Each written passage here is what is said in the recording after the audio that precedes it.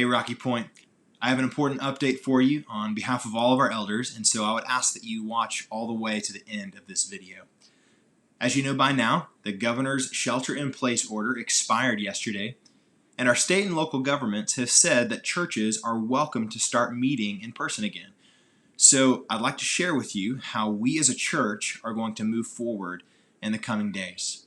We want to gather together again as soon as we can. But we must only do so if we can gather in a way that protects the health of our congregation, that protects the health of our community, and complies with the government's guidance. We will also need to approach regathering in stages, staying flexible and sensitive to the situation in our community at every stage.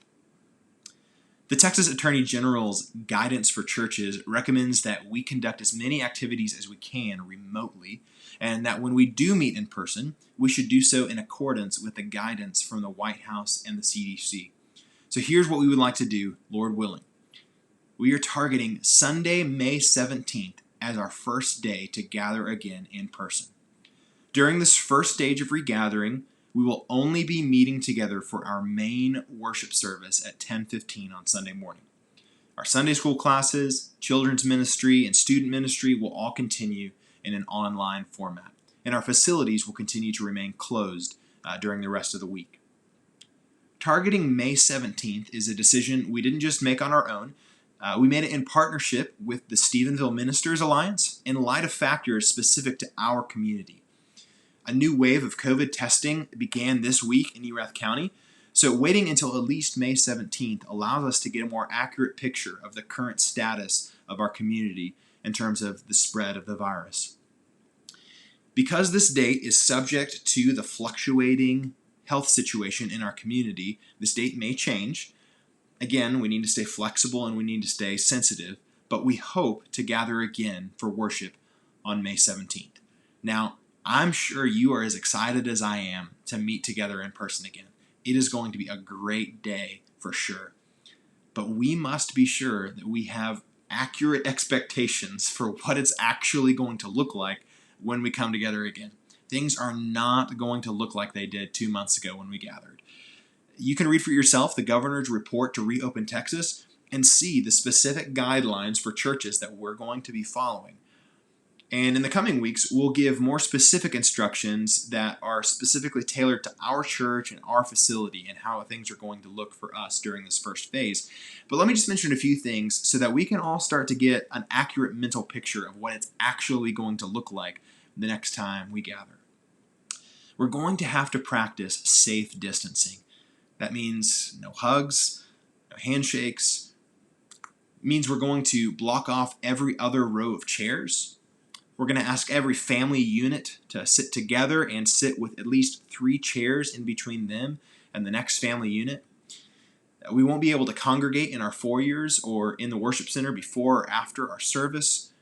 We'll need to spread out the times when we arrive and when we leave so we aren't all trying to come in and go out at the same time. Church is not going to look the same way it used to, at least not for a while. But these are measures that we must take if we are going to both gather together again in person and we're going to do our part to love neighbor well. Now, we understand that for health reasons, there are some of you who should not gather in person, especially if you're part of the high-risk population. And there are some of you who do not yet feel comfortable gathering together in person. And that is totally fine. We will continue to provide a live stream so you can connect with our weekly worship service, even if you're not able to come in person.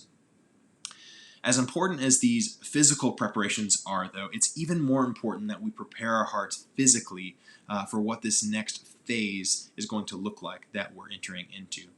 And so to that end, this Sunday, I'm going to be preaching a sermon about how we can have a Christ-like attitude as we approach this time that we're going to be gathering in person again.